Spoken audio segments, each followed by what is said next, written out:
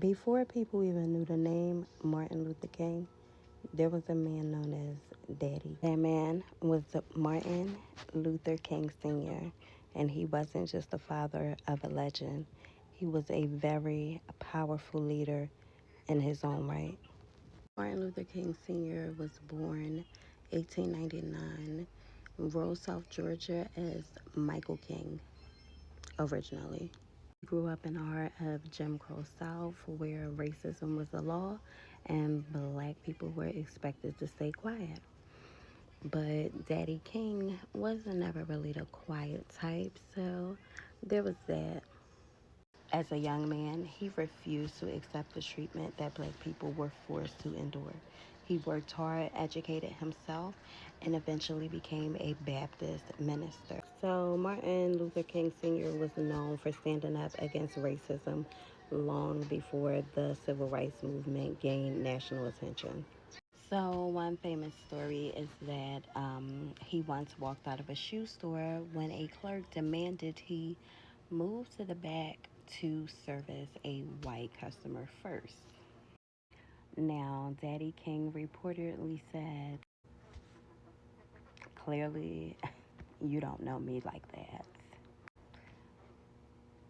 This ain't that. No, guys, what he really said was, if I can't sit here and buy shoes, then I just won't buy shoes here at all. That kind of courage obviously left a deep impression on his son. Now, originally, both father and son, their names were Michael King. But after a 1930s trip to Germany, Daddy King became inspired by a protester reformer, Martin Luther. When he returned to America, he changed both their names, and Michael King became Martin Luther King, and his young son became Martin Luther King Jr. The King household in Atlanta was strict, disciplined, and deeply rooted in faith. Their mother, Alberta Williams King, was a talented organist and church leader.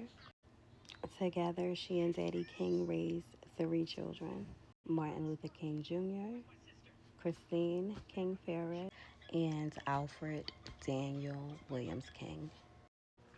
The children were taught that education matters, faith matters, and injustice must be challenged. Martin Luther King Jr. may have become the face of the civil rights movement, but the call to injustice definitely started at home.